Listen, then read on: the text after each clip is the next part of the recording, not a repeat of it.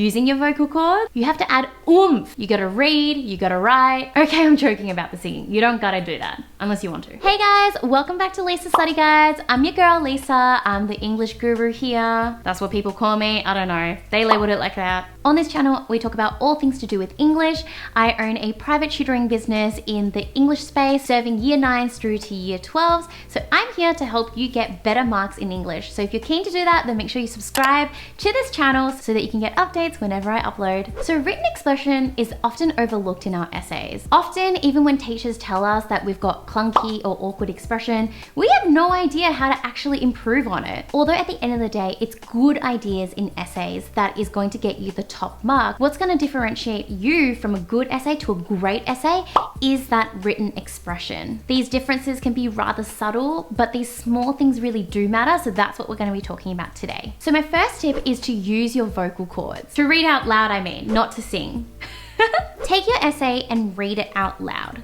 Let your own conscience guide you in terms of whether a particular sentence flows well, is complete, and makes sense. Keep your eye out for these small errors in particular. For example, grammar. Does your sentence actually make sense?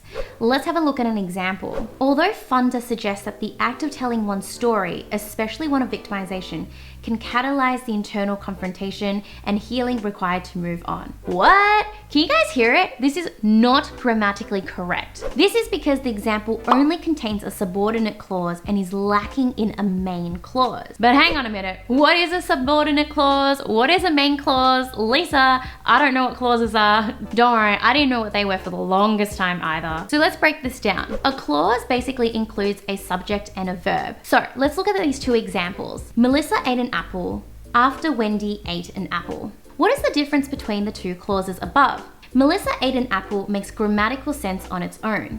This is what we call a main clause or an independent clause. On the other hand, after Wendy ate an apple is an incomplete sentence as it doesn't make sense. What happened after Wendy ate her apple? This is the information that is missing from the latter clause, making this a subordinate clause or dependent clause. So now let's try again with the example I gave before. Although Funder suggests that the act of telling one's story, especially one of victimization, can catalyze the internal confrontation and healing required to move on, ultimately these individuals can never be truly free from the past that has irrecoverably, I can't say it, irrecoverably? I don't know. Forgive me, my mouth isn't working today.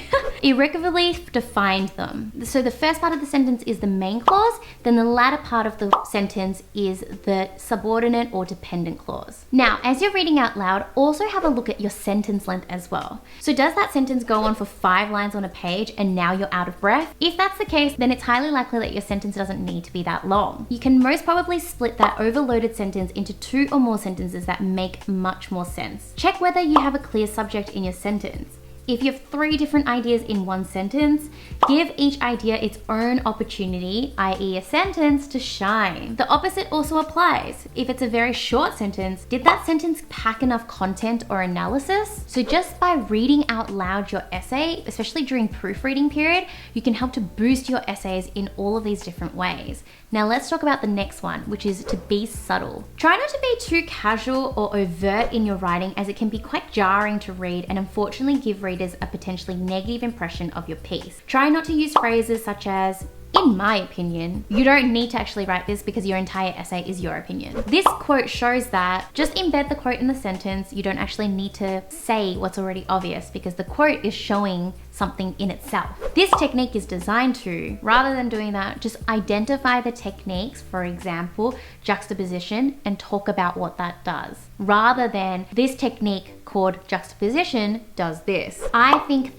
I believe. Avoid using first person perspective in a formal essay. The exception here is often when you're doing creative writing and sometimes persuasive writing, but double check with your teacher. Basically, all of the above examples are redundant. They don't add much in terms of your ideas and your analysis, and they really just take up time that you could be spending actually developing and building out those analyses. So my tip here is to try removing them and actually see if your sentence works out better that way. Third thing is to link them them up. Sentences that seem disjointed or don't have a clear connection can make it difficult for your teacher or assessor to join the dots between an idea. Use linking words as they are fantastic for explicitly showing the reader how your ideas are related and thus allow your writing to proceed smoothly. So here's an entire list of examples you can use to link up your sentences.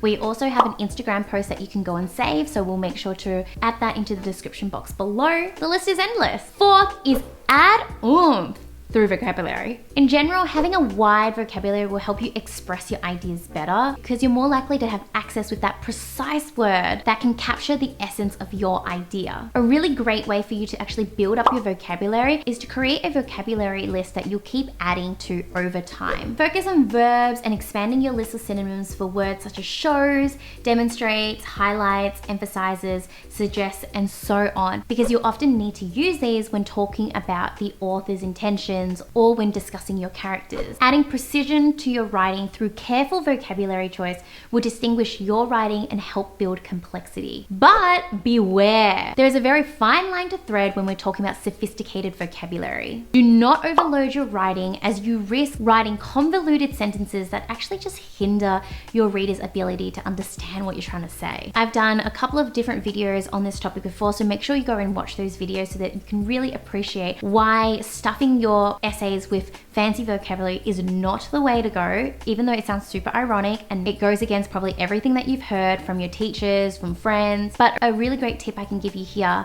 if you're debating whether or not to use a word, ask yourself first, do I understand what this word means? If yes, go for it. If no, don't use it until you know what it means. Cool. The next tip is to read. Now, I know this one's super obvious and everyone always says it, but I'm gonna tell you one tip that really helped me. Don't just read for the sake of reading and forcing yourself to read something that you're not going to enjoy. Don't pick up English literature just because you think you need to read English literature in order to do well in English. Don't read poetry if you're not interested in poetry. Pick up books that you're interested in reading. And it could be books, it could be articles online. To ease yourself into it, find things that you actually enjoy, because the more you actually enjoy something, the easier it is to get into it and the more likely you're going to learn from it. If you're already putting yourself in a bad spot where it's already gonna be so hard to get into something because you don't enjoy English literature, then don't do that. Simple as that. And finally, I recommend start writing. The more you write, the more that you're forcing yourself to think and to be able to convert that thinking into something articulate that you can put down onto paper. Being able to think something through is very different from being able to actually write it down on paper. I'm sure you know what I mean, where you've thought about something and you feel like you want to say it in this particular way, but when it comes out, it just comes out as this garbled, jumbled mess, right? It happens to all of us. So writing actually helps us to streamline that entire process and to help things come out more smoothly and more naturally. And that really just takes time, and it is a process in itself. So don't wait until last minute to actually start writing. The sooner you start writing, the more you've actually got your own back. And so that's why at Lisa Study Guides, we encourage our students to join us in tutoring as early as possible, which is why we actually expanded. We used to only do year 11s and year 12s, but now we're actually doing year 10s and year 9s because we know how important it is to actually build up those skills over time. English is not one of those subjects that you can cram and just be able to figure out overnight. It's about expressing yourself, and you've spent how many years on your life on earth actually expressing yourself, and you know that as you get older you probably get better and better at expressing yourself. And so when it comes to writing, it's very much a similar thing. So if you are interested in tutoring, then I'll put up a link there for you. We have an amazing team of really friendly tutors who can help you feel comfortable when it comes to coming up with your own ideas, putting them onto paper. I know it can feel a little bit embarrassing, and a lot of people feel quite uncertain about how to actually go about writing, and so our tutors are there to help you really guide you through that entire process, help you feel comfortable and make a safe space for you. And the amazing thing about having a tutor is that they're there to help give you feedback on your writing, which is that next really important step. Because you can write as much as possible, but if you're not actually getting feedback on it and understanding how to improve and having a mentor there, having guidance in where you actually need to go, then you're not going to be able to progress as quickly. and boost your marks, which is what we want for you at the end of the day. So feel free to sign up to tutoring there. You'll get in contact with one of our amazing gals on our team who'll have a chat with you, talking to you about where you're at in English right now, how we can help you, and recommend you a tutor that's going to be a good fit for you. So I hope you guys found this helpful. Please like, comment on what you'd like to see next. I will chat to you guys next time. Bye!